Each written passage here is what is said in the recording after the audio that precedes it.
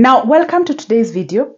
In today's video, I'm going to tell you why financial literacy is going to save you. Financial literacy is actually your rescue. I tell you this because I share my own experience about how financial literacy just became my own rescue. My name is Lucy Gedaiga, and I continue to welcome you to this channel. You know, in this channel, we talk about women and money, and I am particularly very passionate about women who are in mid-level management, women who are in senior management, women who are employed. And by the way, even if you're a man, even if you're a woman, welcome. I mean, you will watch this and you will definitely get something out of it. Now, in today's video, I wanted to make a reflection. And by the way, just last week, I celebrated my 50th birthday on Wednesday last week, the 20th of September, 2023. That was my 50th birthday. So this is a woman in her 50s who is telling you that indeed financial literacy is what will save you, is what is actually your rescue for anyone who is employed. Why do I say this? I say this because I was employed for 24 years. I was in employment for 24 years. And by the way, more than half of that time, I was in senior leadership. I was in executive leadership. But out of my 24 years of employment, out of those 24 years of my employment, when I look back, when I look at, what did I do with my money, what happened, I tell you what, I actually think that I can only say that a third of my time in employment, I can say that I was able to actually use my money prudently. I was able to actually apply my money in a diligent way. I was a good steward of the resources. Only a third of that time that I was employed. 2/3 of the time, 2/3 of the income that I earned from employment, it just flew away. I was not a good steward, and the reason why I was not a good steward is because I was ignorant. I didn't find it useful or necessary to, to sort of expose myself or, educate myself about issues around money, issues around finances, And because, by the way, we go to school, and by the way, I have written a book, The 4 M's of Money, the secret code for, that every employee needs to have and to know. Because when we go to school, the school system doesn't teach us about money. It tells us, go get a job. We are prepared to go get that job, which of course is very elusive. And then when we get that job, like we all do, like we all really do our very best to get that job, we then end up not having the tools and not having the possibility of understanding how should we use the money that we are earning from our employment. And for most of us, we then spend years, many years in employment. And our time comes when we have to leave employment. And when we look back, we are like, wait a minute, where did the money go? Everything that I earned, what happened? You can't quite tell, you can't place a finger on exactly what you did. And I am famous for saying that for the most part, we, the people who are in employment, and I'm no longer in employment, but the people who are in employment, for the most part, because they lack financial literacy, they are busy dancing a butterfly dance, or what I call a kipepeo dance, with their money. And that is what, by the way, this channel, I just want to ensure that you do not do that kipepeo dance with your money. I want you to never, from this point forward, to actually take interest and to take financial literacy seriously, because that is going to be your rescue. By the way, why do I tell you that? I tell you this because I was earning a high income. Because clearly, as a country director, I was earning, above average income, above average. And by the way, in Kenya today, the other day, I think I was checking, it's only, I think, about over, is it about 70,000 people or thereabout who earn just 100,000 shillings? I mean, it's 100,000 shillings is really considered high income, for because then the majority are below the 100,000. But I was above that. I mean, I was in the 70th, very, very perhaps the small class. And I'm talking about people who are in employment, because people in business, of course, earn much more. But people in employment who are captured within the KRA data, the Kenya Revenue Authority data, not many people actually have that income of 100,000. So I was lucky to be a part of those who are earning much, much more. But even in earning much, much more, I can tell you, as I have said, I wasted a third of my time in employment in terms of the money that I was earning. And when I talk about wasting, I am simply saying that I was not a good steward. I did not apply that money correctly. So what saved me? And I'll tell you what happened, because I woke up on the occasion of my 47th birthday, which is just 3 years ago. Can you imagine? 3 years ago is when I woke up on the occasion when I was celebrating my 47th birthday. On the night of my 47th birthday is when I woke up to realize, my goodness, what have I been doing? What have I been doing with money? Because at that time I can actually say I was broke. And when I say broke here, in my when I say broke, I mean, yes, I could pay for my bills. I mean, I could buy food for my family. I could meet my expenses, yes, but I did not have, other than the pension the pension amount, I think it was about 8% of my income that was being saved for me by my employer. I didn't have anything else, as in terms of cash that I could hold. If I got a small emergency of, say, 10,000 shillings, I would have to I would have to do mobile loans for me to actually meet that need of 10,000 shillings. Why? Because my money was tied in paying debt. And it was tied in paying debt for things I couldn't see, for things I couldn't see, I couldn't. It's sad. It's really sad. And I know this is the tragedy of very many people. And that's why I'm so passionate about speaking about this issue, because financial literacy is very important. Because when I did my reflection, and by the way, if you do your reflection today, if you take time to do your reflection, for the most part, you will actually feel like, my goodness, you will get shocked, you will get angry, you will be regretful. By the way, yesterday I was one of my coaching clients. I had a coaching client that I was having, and we've been going through the process. And she tells me that, I am having panic attacks. Yes, panic attacks are real, because when you get to the place of the reflection, and I'm not scaring you so that you don't get into the place of reflection, because inevitably you need to do that reflection. So this my client was telling me, I am actually experiencing panic attacks, and she's only 30. So can you imagine if somebody is in your 50s, and this is the time now you want to begin to have that reflection? I am telling you, you will. I don't know what is going to happen to you. Now, for me, I was lucky because my personality is one that I'm able to actually say, you know what, this happened. I'm able to actually close chapters very quickly.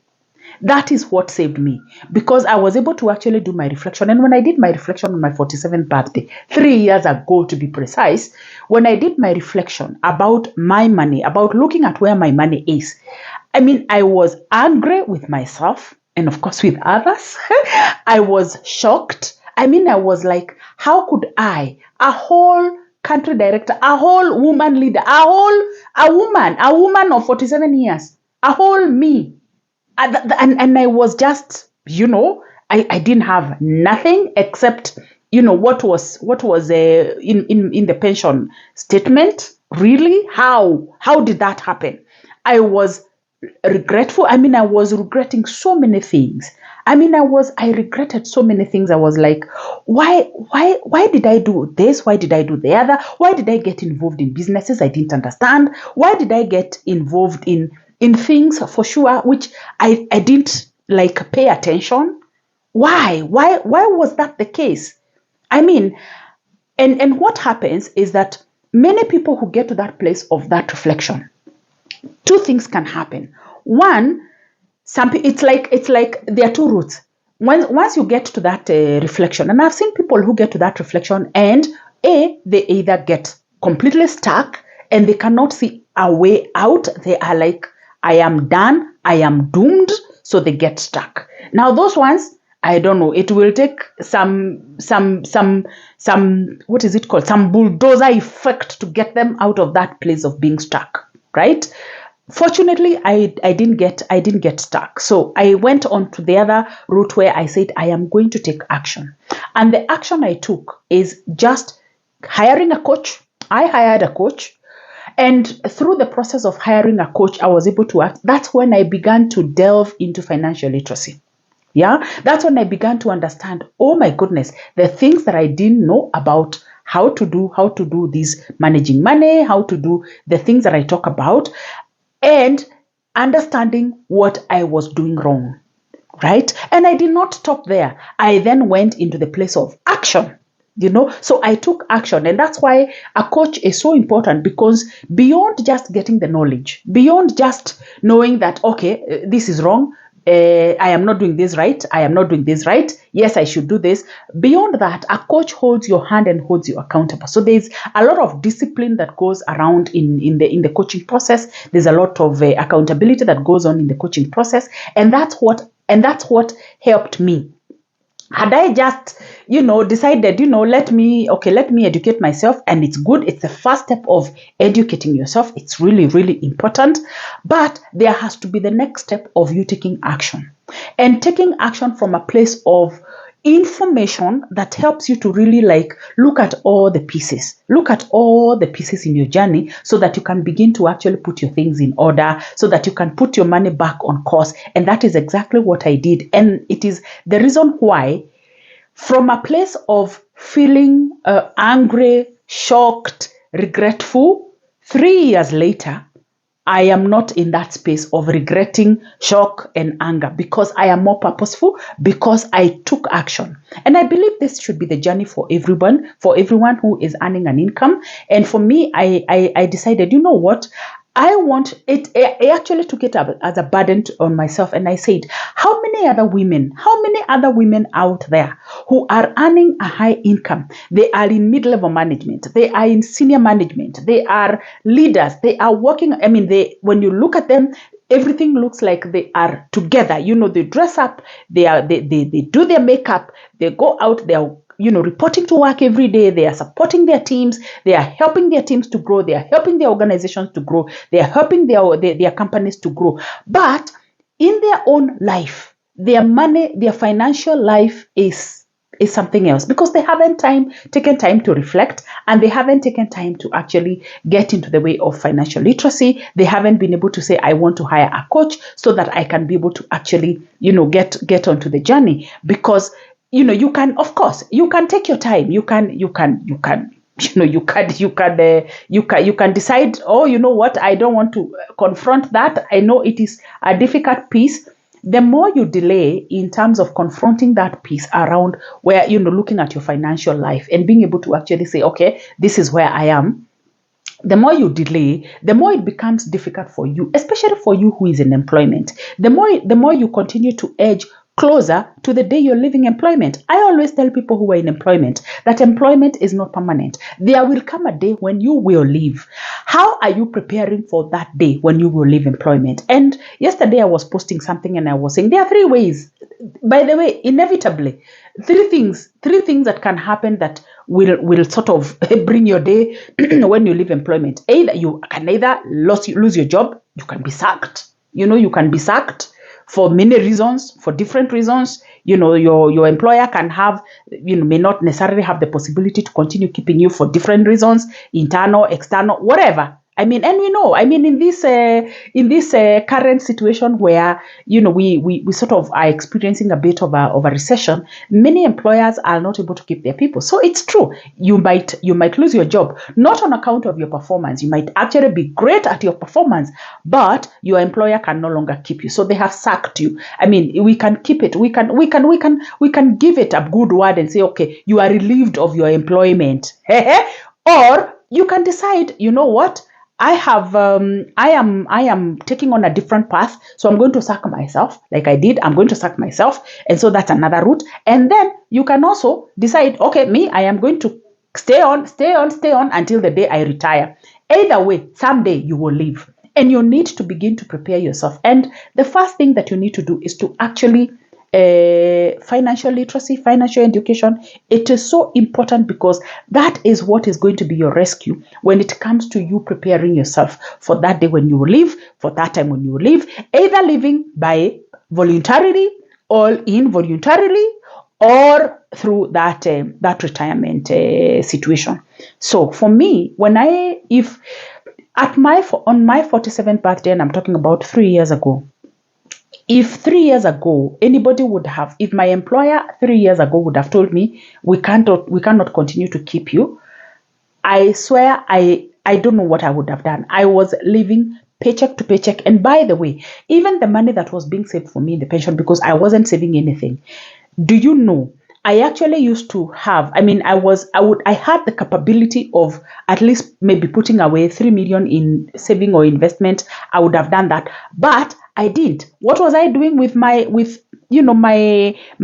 extra, in the, the money that I would say it's an extra, of what is over and above my obligations, my debts, and not my debts, my obligations of the bills and everything that was over and above that. I basically was using it to pay debt for things I couldn't see, for businesses that I was doing that I couldn't see. I have shared, if you look at the videos that I have recorded earlier, I have sort of shared some tidbits of my story in terms of the mistakes I did, and the fact that I lost a great amount of money doing things that doing businesses that honestly never worked, because I didn't expose myself to financial literacy, to know, by the way, that not every business that I will do will work anyway. I mean, it's and some of the businesses are not necessarily good for you. Some of the businesses are not, you're not wired for some of the businesses. What is it that you're wired for,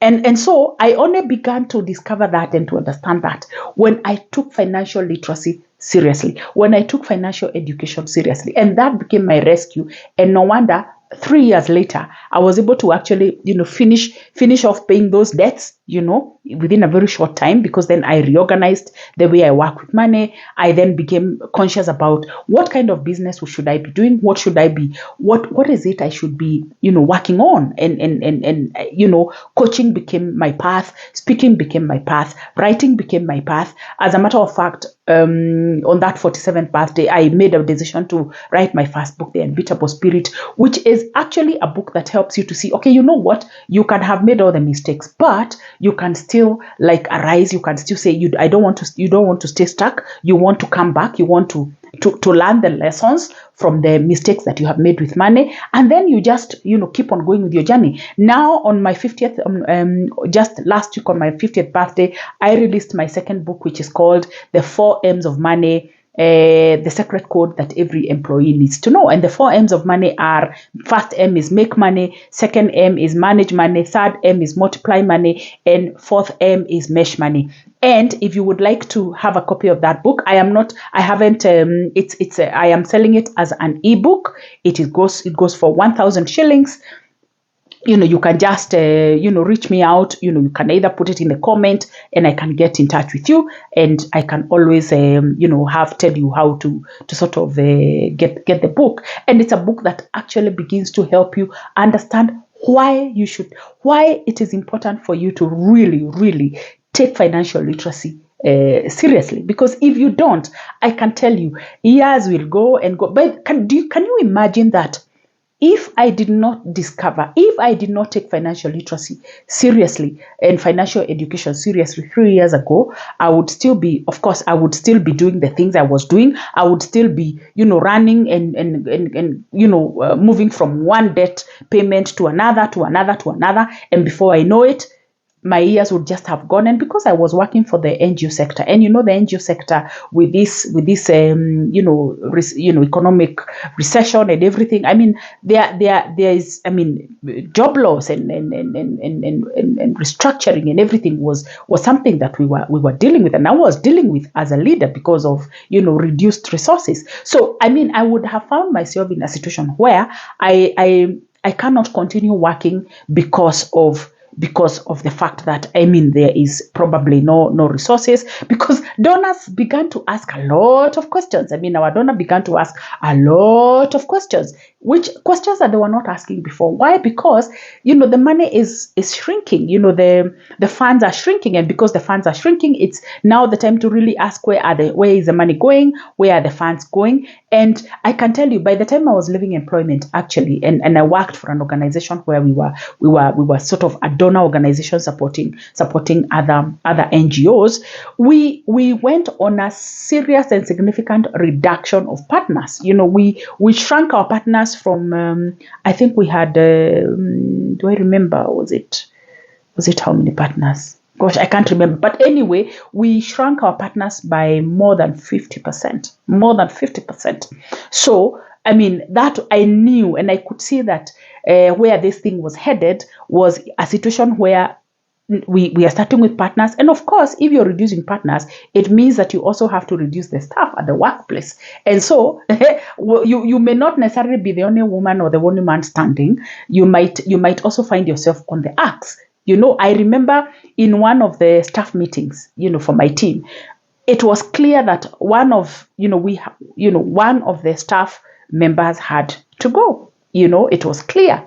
So, and I kept telling my team that, what, we are all in a boat where, everyone has to get, when we get to your stop, it's like a bus stop. It's like you're carrying people in a bus, and everybody has to get to some place where the bus stops and you are light. The bus stops and you are light. That's what happens even in employment, even in teams. The bus will continue to move, and then it will stop. It will stop when it gets to the place where you need to stop. And so employment is not permanent.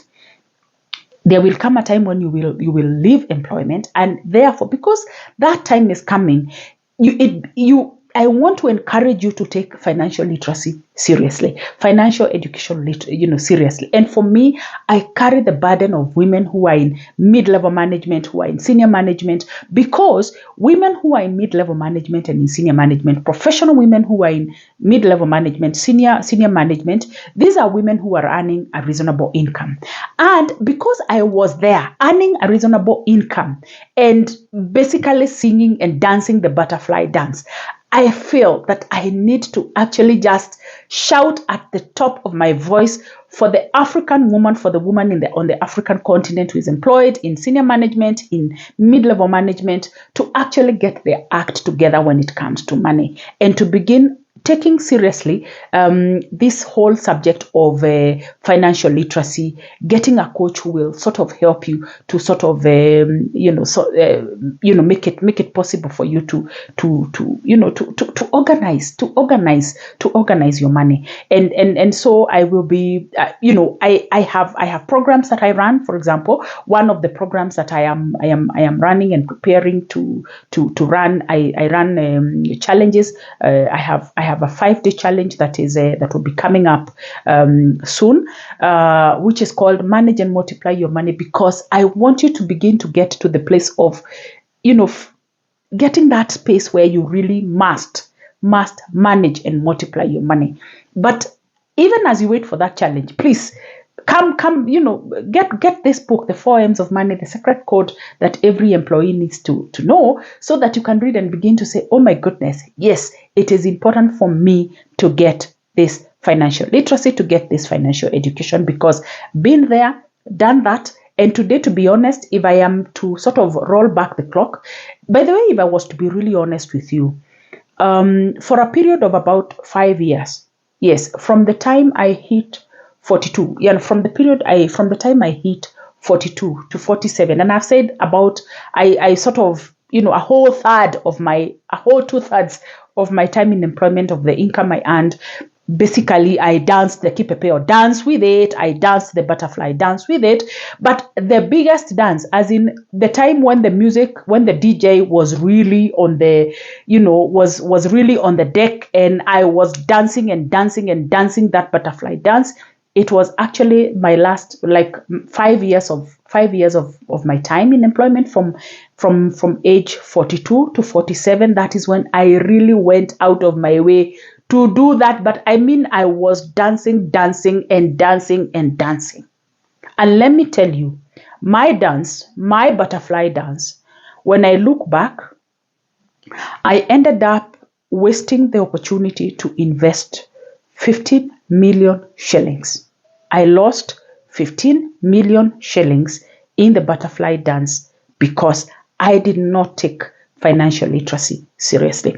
Of course, there were other things that I lost early on, because I'm talking about a whole 2/3 of my time. But when I woke up after that loss of the 15 million, after that loss is when I realized, hiya, I have lost. But then how do I shake myself and get onto the journey of organizing my money, getting back on the course? And what happened to me and the piece that helped me was financial literacy, and of course getting